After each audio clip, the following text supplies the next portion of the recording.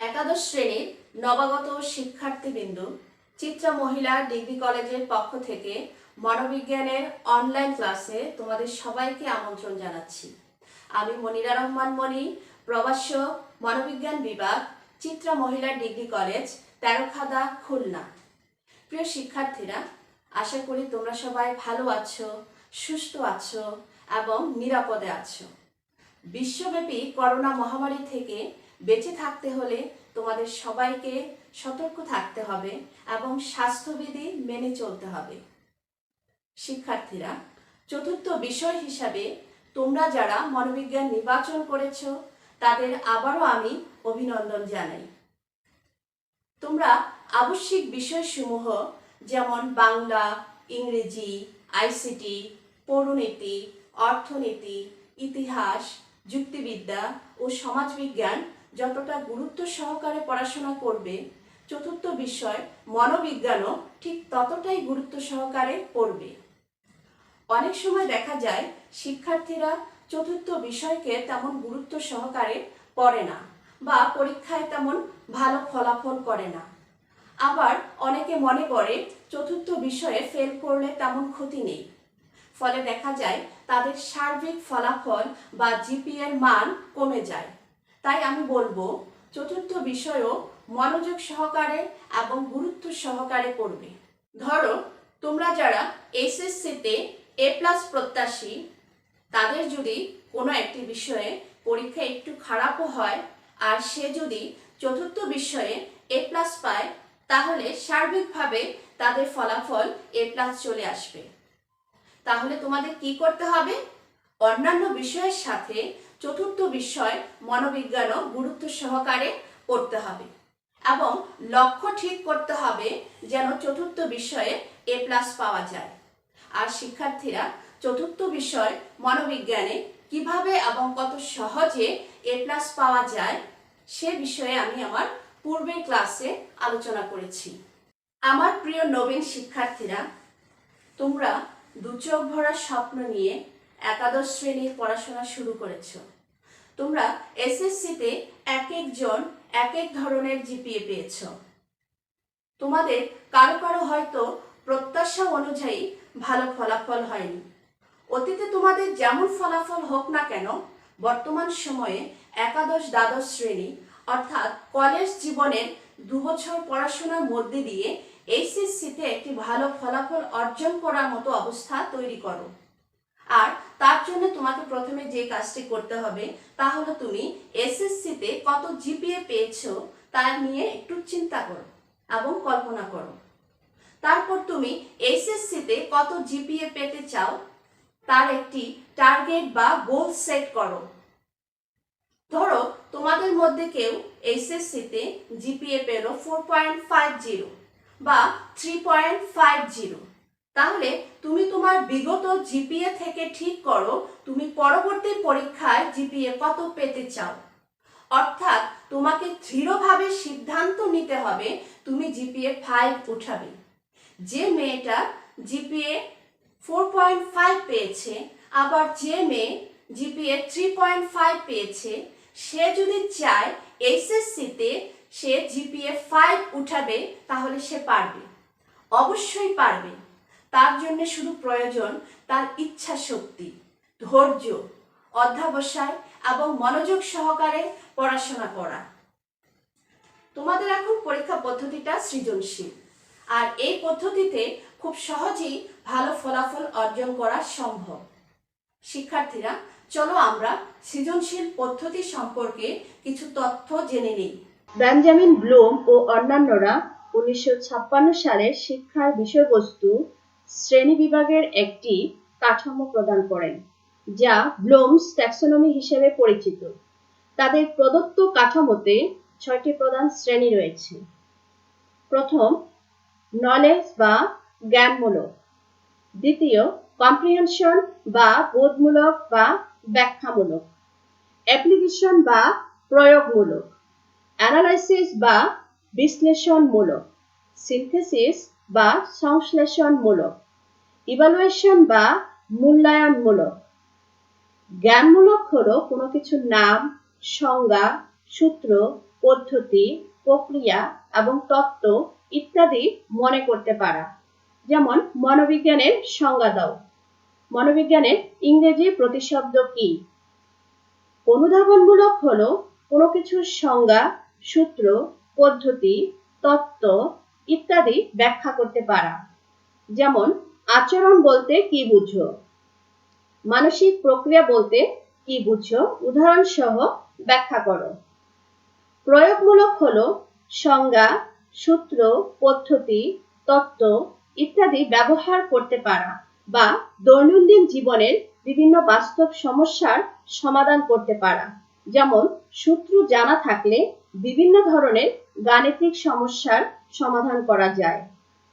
বিশ্লেষণমূলক হলো দুই বা ততোধিক ঘটনা বা বিষয়বস্তুর মধ্যে সাদৃশ্য ও বৈসাদৃশ্য করতে পারা, শ্রেণীবদ্ধ করতে পারা ইত্যাদি। বিভিন্ন সমস্যার একাধিক সমাধান করতে পারা। সংশ্লেষণমূলক হলো অনেকগুলো বিষয়বস্তু বা ঘটনা বা উপাদান একত্রিত করে সিদ্ধান্ত গ্রহণ করা বা নতুন কিছু তৈরি করা ইত্যাদি। মূল্যায়নমূলক হলো কোনো বিষয়ে সিদ্ধান্ত গ্রহণের জন্য একাধিক উপায়ের মধ্যে সবচেয়ে ভালো কোনটি সেটি পরীক্ষণ ও নির্বাচন করার সক্ষমতা। তোমরা সৃজনশীল প্রশ্নের যে ধাপসমূহ অনুসরণ করে পরীক্ষায় উত্তর প্রদান করো সে ধাপগুলো হলো জ্ঞানমূলক প্রশ্ন, অনুধাবনমূলক বা ব্যাখ্যামূলক প্রশ্ন, প্রয়োগমূলক প্রশ্ন, উচ্চতর দক্ষতামূলক প্রশ্ন। শিক্ষার্থীরা ব্লুম ট্যাক্সোনমির বিশ্লেষণমূলক, সংশ্লেষণমূলক ও মূল্যায়নমূলক ধাপগুলো মূলত উচ্চতর দক্ষতামূলক প্রশ্নের মধ্যেই পড়ে। তো শিক্ষার্থীরা তোমরা যে সৃজনশীল পদ্ধতি অনুসরণ করো তা প্রদান করেন একজন শিক্ষা মনোবিজ্ঞানী। অতএব শিক্ষার ক্ষেত্রে শিক্ষা মনোবিজ্ঞানীদের অবদান অনস্বীকার্য। তাহলে চলো এখন আমরা একটি উদাহরণের সাহায্যে এই ধাপগুলো আলোচনা করি। এটি হলো একটি উদ্দীপক। আমি উদ্দীপকটি পড়ে দিচ্ছি। মুশফিক একটি সরকারি প্রাইমারি স্কুলের প্রধান শিক্ষক। তিনি শিক্ষার্থী, শিক্ষক এবং শিক্ষার পরিবেশের উপরে জোর দেন। অন্যদিকে সুমনের কোম্পানিতে কর্মসন্তুষ্টি এবং কাজের সঠিক মূল্যায়ন হওয়ায় উৎপাদন বেড়েছে। তাদের বন্ধু বিজয়ও মানসিক সমস্যাগ্রস্তদের সমস্যা সমাধানের জন্য নিয়মিত কাজ করেন। শিক্ষার্থীরা এখানে প্রথমে রয়েছে জ্ঞানমূলক প্রশ্ন, যেমন মনোবিজ্ঞানের সংজ্ঞা দাও। দ্বিতীয় রয়েছে অনুধাবনমূলক প্রশ্ন, মুশফিকের কাজটি মনোবিজ্ঞানের কোন শাখায় আলোচনা করা হয় ব্যাখ্যা করো। প্রয়োগমূলক প্রশ্নে রয়েছে মনোবিজ্ঞানের জ্ঞান কিভাবে মানুষকে সমাজে খাপ খাওয়াতে সাহায্য করে। এবং উচ্চতর মানসিক দক্ষতামূলক প্রশ্নে রয়েছে সুমন এবং বিজয়ের কাজের মধ্যে কোনটি অপেক্ষাকৃত বেশি গুরুত্বপূর্ণ বিশ্লেষণ করো। শিক্ষার্থীরা আশা করি তোমরা ব্লুম ট্যাক্সোনমি তথা সৃজনশীল পদ্ধতি বুঝতে পেরেছ। এবার চলো শিক্ষার্থীরা মনোবিজ্ঞান সম্পর্কে ধারণা নেই। মনোবিজ্ঞানের ইংরেজি প্রতিশব্দ সাইকোলজি। তাহলে মনোবিজ্ঞানের ইংরেজি প্রতিশব্দ কি? মনোবিজ্ঞানের ইংরেজি প্রতিশব্দ সাইকোলজি। সাইকোলজি শব্দটি দুটি গ্রিক শব্দ সাইকি মন বা আত্মা এবং লগোস জ্ঞান বা বিজ্ঞান থেকে এসেছে। তাহলে আমরা বলতে পারি শাব্দিক অর্থে মনোবিজ্ঞান হলো মন বা আত্মার সম্বন্ধীয় বিজ্ঞান। দার্শনিক এরিস্টটল, প্লেটো এরা দেখেছেন যে মানুষের চিন্তা চেতনার কেন্দ্রবিন্দু ছিল মন। তাই প্রথম দিকে মনে করা হতো psychology is the science of human mind, অর্থাৎ মনোবিজ্ঞান হলো মানব মনের বিজ্ঞান।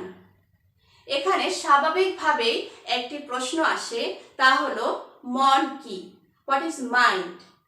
মন কি? এর উত্তরে বলা হয় যে মনের ব্যক্তি এত ব্যাপক যে দু এক কথায় ব্যাখ্যা করা অত্যন্ত কঠিন। মনকে দেখা যায় না, ধরা যায় না, ছোঁয়া যায় না, অনুভব করা যায় না, এমনকি পরীক্ষাগারে পরীক্ষাও করা যায় না। ফলে মনোবিজ্ঞান মনের বিজ্ঞান এ ধারণাটি পরিবর্তন হয়ে যায়। শিক্ষার্থীরা, মনোবিজ্ঞান মনের বিজ্ঞান এ ধারণাটি ঊনবিংশ শতাব্দীর শেষার্ধ পর্যন্ত ব্যাপকভাবে প্রচলিত ছিল। পরবর্তীতে জার্মান মনোবিজ্ঞানী উইলহেম উন্ড নিজেকে প্রথম মনোবিজ্ঞানী হিসেবে চিহ্নিত করেন এবং মনোবিজ্ঞানকে বিজ্ঞান হিসেবে দাঁড় করানোর জন্য তিনি 1879 সালে জার্মানির লিপজিগ বিশ্ববিদ্যালয়ে একটি স্বীকৃত গবেষণাগার স্থাপন করেন এবং এর মধ্যে দিয়েই 1879 সালকে মনোবিজ্ঞানের জন্মদিন বলে চিহ্নিত করা হয় এবং উইলহেম উন্ডকে মনোবিজ্ঞানের জনক বলা হয়। তাহলে আমরা একটু দেখে নেই, মনোবিজ্ঞানের জনক বলা হয় কাকে? উইলহেম উন্ডকে। তাহলে মনোবিজ্ঞানী উন্ডের মতে মনোবিজ্ঞান হলো চেতনার বিজ্ঞান এবং আমেরিকার বিজ্ঞানী উইলিয়াম জেমসের মতে মনোবিজ্ঞান হলো মানসিক কার্যকলাপের বিজ্ঞান। মানসিক কার্যকলাপ যেমন কোনো কিছু চিন্তা করা বা কল্পনা করা। শিক্ষার্থীরা, বিজ্ঞানের অগ্রগতির সাথে সাথে মনোবিজ্ঞানের বিষয়বস্তুর পরিবর্তন ঘটে। বিংশ শতাব্দীর প্রথম দিকে মনোবিজ্ঞানী জন বি ওয়াটসন মনোবিজ্ঞানের এক যুগান্তকারী সংজ্ঞা প্রদান করেন। জন বি ওয়াটসনের মতে মনোবিজ্ঞান হলো আচরণের বিজ্ঞান। তাহলে আমি আবারও বলে দিচ্ছি, মনোবিজ্ঞানী জন বি ওয়াটসন বলেন মনোবিজ্ঞান হলো আচরণের বিজ্ঞান। মনোবিজ্ঞানী ক্রাইডার ও তার সহযোগীদের মতে মনোবিজ্ঞান হলো আচরণ ও মানসিক প্রক্রিয়ার বিজ্ঞানসম্মত অনুধান। আমি আবারও বলছি, ক্রাইডার ও তার সহযোগীদের মতে মনোবিজ্ঞান হলো আচরণ ও মানসিক প্রক্রিয়ার বিজ্ঞানসম্মত অনুধান। এই ক্রাইডারের সংজ্ঞা থেকে আমরা দুটি বিষয় দেখতে পাই, একটি হলো আচরণ এবং দ্বিতীয় হলো মানসিক প্রক্রিয়া। আচরণ কি? প্রাণী যা কিছু করে তাই আচরণ। আচরণ বাইরে থেকে পর্যবেক্ষণ করা যায় এবং পরিমাপ করা যায়, যেমন হাঁটা, চলা, খাওয়া, কথা বলা ইত্যাদি। উদাহরণস্বরূপ, কোনো ব্যক্তি 40 লক্ষ টাকার লটারির প্রথম পুরস্কার পেয়েছে। সে আনন্দে লাফিয়ে উঠল এবং চিৎকার করে সবাইকে জানিয়ে দিল সে 40 লক্ষ টাকার প্রথম পুরস্কার পেয়েছে এবং সে হাততালিও দিল। এখানে সে আনন্দিত হয়েছে এবং তার আচরণে সেটি প্রকাশ পেয়েছে। লক্ষ টাকা প্রাপ্তির সংবাদে তার শরীর অভ্যন্তরে পরিবর্তন ঘটেছে, যেমন রক্তচাপ বেড়ে গেছে, তার স্বয়ংক্রিয় স্নায়ুতন্ত্র অধিক সক্রিয় হয়েছে। আবার বাহির থেকে তার মুখের অবয়ব, কথাবার্তা, চালচলনেও আনন্দের প্রকাশ পেয়েছে। এই বাহ্যিক ও অভ্যন্তরীণ পরিবর্তনের সামগ্রিক রূপকেই বলা হয় আচরণ। আর মানসিক প্রক্রিয়া বলতে বোঝায় আবেগ, চিন্তন, স্বপ্ন, স্মৃতি, প্রেষণা, প্রত্যক্ষণ, বিশ্বাস ইত্যাদি। মানসিক প্রক্রিয়া বা কার্যকলাপ বাইরে থেকে পর্যবেক্ষণ করা যায় না। এখানে লটারির মাধ্যমে 40 লক্ষ টাকা প্রাপ্তির উদাহরণ ব্যাখ্যা করা যেতে পারে। প্রাথমিক আনন্দ প্রশমিত হবার পর ওই ব্যক্তি চিন্তা করছে সে 40 লক্ষ টাকা কিভাবে ব্যয় করবে। সে চিন্তা করছে গ্রামের দরিদ্র সাধারণ মানুষের চিকিৎসা সেবা প্রদানের জন্য 50 শয্যা বিশিষ্ট একটি আধুনিক হাসপাতাল তৈরি করবে। সে এ ধরনের চিন্তার সাথে সাথে তার কল্পনার জগতে চলে গেল। একটি সুন্দর আধুনিক হাসপাতাল তার মানসপটে ভেসে উঠল। দেশি বিদেশি ডাক্তার সেখানে চিকিৎসা করছে, গ্রামের সাধারণ লোকজন সেখানে চিকিৎসা পাচ্ছে। সে সবার খোঁজ খবর নিচ্ছে, সবকিছু তদারকি করছে।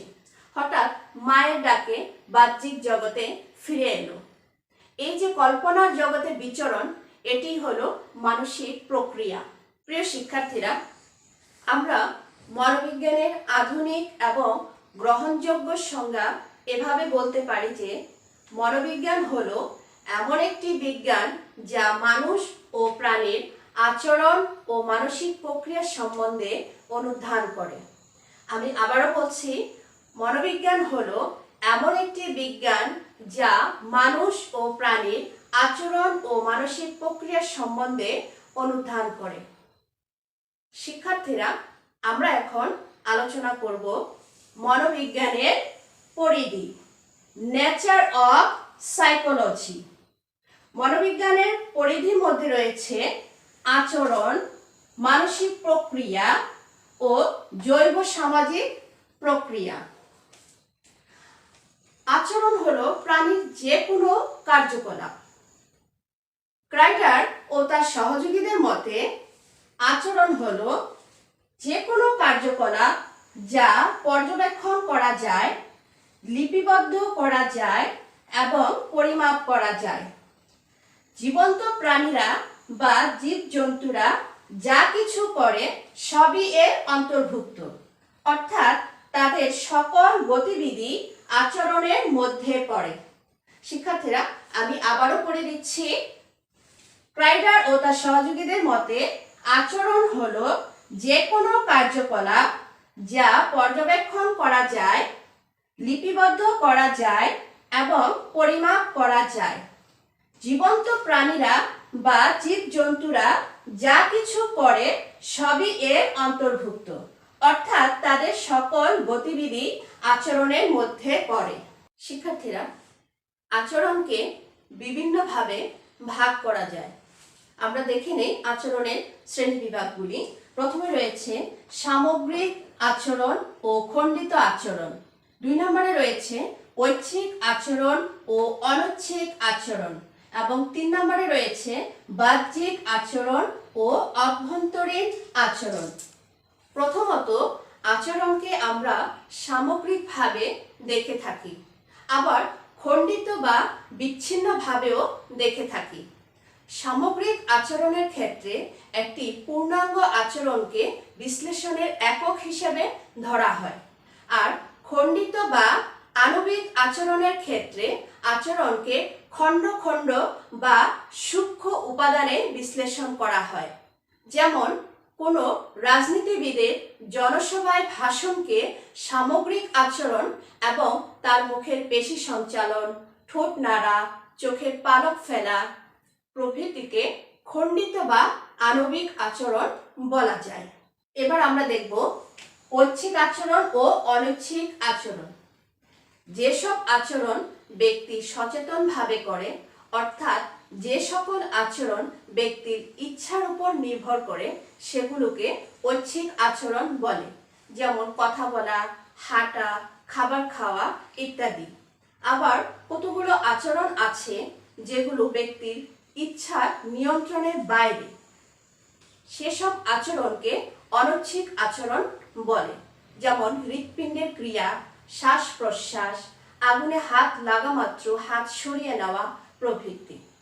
এরপরে আমরা দেখব বাহ্যিক আচরণ ও অভ্যন্তরীণ আচরণ। বাইরে থেকে যে সকল আচরণ পর্যবেক্ষণ করা যায়, যেমন কথা বলা, চলাফেরা, হাসা, গান গাওয়া প্রভৃতি বাহ্যিক আচরণ। আবার যে সকল আচরণ বাইরে থেকে পর্যবেক্ষণ করা যায় না, সেগুলোকে অভ্যন্তরীণ আচরণ বলে। যেমন শরীর ব্যথা, মাথা ব্যথা, চিন্তা করা, কবিতার ভাবনা প্রভৃতি। এছাড়া আবেগ, প্রেষণা, স্মৃতি, প্রত্যক্ষণ, অনুভূতি প্রভৃতি অভ্যন্তরীণ প্রক্রিয়া সমূহকেও সরাসরি পর্যবেক্ষণ করা যায় না। এগুলো অভ্যন্তরীণ আচরণের উদাহরণ। শুধু মানুষের নয়, প্রাণীদের আচরণও মনোবিজ্ঞানের বিষয়বস্তুর অন্তর্ভুক্ত। ইঁদুর, বিড়াল, কবুতর, শিম্পাঞ্জি প্রভৃতি নিম্নতর প্রাণীর উপর গবেষণা করে শিক্ষণ সম্পর্কিত থিওরি বা তত্ত্বের ব্যাপক উন্নতি সাধিত হয়েছে। তাছাড়া আচরণের জৈবিক ভিত্তি সংক্রান্ত জটিল যে গবেষণা, তা মূলত নিম্নতর প্রাণীর উপরই করা হয়েছে।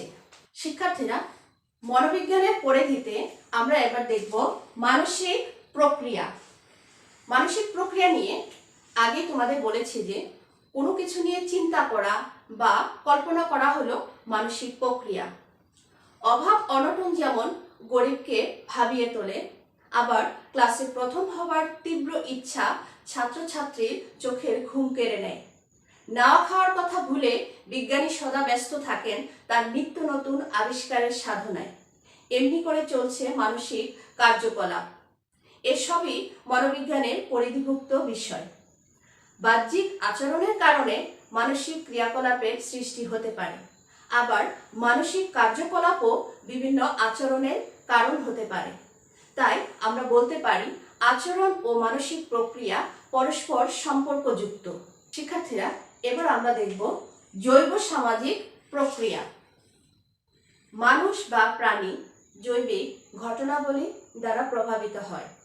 আমাদের দেহের অভ্যন্তরে এমন কতগুলি গ্রন্থি আছে যেগুলো দেহের গঠন, বুদ্ধির বিকাশ, দেহের সুস্থতা ও কার্যক্ষমতা এবং আমাদের ব্যক্তিত্বের উপর বিশেষভাবে প্রভাব বিস্তার করে। আমাদের আচরণ নিয়ন্ত্রণে এই গ্রন্থিগুলোর ভূমিকা খুবই গুরুত্বপূর্ণ। এই গ্রন্থিগুলো দেহের অভ্যন্তরীণ যন্ত্রগুলোকে সুসংবদ্ধভাবে কাজ করতে সহায়তা করে এবং দেহের অভ্যন্তরীণ বিভিন্ন ক্রিয়ার সমন্বয় সাধন করে। তাছাড়া অন্তঃক্ষরা গ্রন্থিগুলো শরীরের বৃদ্ধি, মানসিক বিকাশ, ব্যক্তিত্বের বিকাশ প্রভৃতি প্রয়োজনীয় কাজ করে। শিক্ষার্থীরা, তোমরা জানো যে মানুষ সামাজিক জীব। তাই মানুষ একটি সামাজিক পরিবেশে বসবাস করে। একজন মানুষের আচরণ যেমন অন্যজনের আচরণকে প্রভাবিত করে, তেমনি অন্যের আচরণ দ্বারাও সে প্রভাবিত হয়। মানুষ যে সমাজে বাস করে তার ব্যক্তিত্ব ও আচরণ সে সমাজের দ্বারা নিয়ন্ত্রিত হয়। কোনো সমাজের রীতিনীতি, সংস্কৃতি ও আর্থসামাজিক ব্যবস্থা সে সমাজের মানুষের আচরণকে প্রভাবিত করে। জৈবিক ঘটনাবলী মানব আচরণ নিয়ন্ত্রণে যেমন গুরুত্বপূর্ণ ভূমিকা পালন করে, তেমনি সামাজিক রীতিনীতি, সংস্কৃতি প্রভৃতির ভূমিকাও কোনো অংশে কম নয়। তাই বলা যায় যে মনোবিজ্ঞানের পরিধিতে জৈব সামাজিক প্রক্রিয়া বিশেষ গুরুত্বপূর্ণ। সুপ্রিয় শিক্ষার্থীরা, আজ এ পর্যন্তই আমার ক্লাস। আশা করি আজকে আমার পাঠদান বুঝতে পেরেছ। প্রিয় শিক্ষার্থীরা, তোমরা পড়াশোনাকে কখনো চাপ হিসেবে না নিয়ে একে আনন্দের সাথে অনুভব করো এবং আমি বরাবরের মতো তোমাদের বলবো, তোমরা স্বপ্ন দেখো নতুন জীবনের, নতুনভাবে নিজেকে সাজাও। তোমার নতুন পৃথিবীটা তুমি তোমার সুন্দর ব্যবহার, ভালো পড়াশোনা, পরিশ্রম, ধৈর্য ও অধ্যবসায়ের মাধ্যমে সাজিয়ে তোলো এবং এভাবে প্রতিজ্ঞা করো যে আনন্দের সাথে সবকিছু শিখব, একসাথে সবাই মিলে শিখব, সাহসের সাথে শিখব, সারা দুনিয়াকে দেখিয়ে দিব আমার সাফল্য।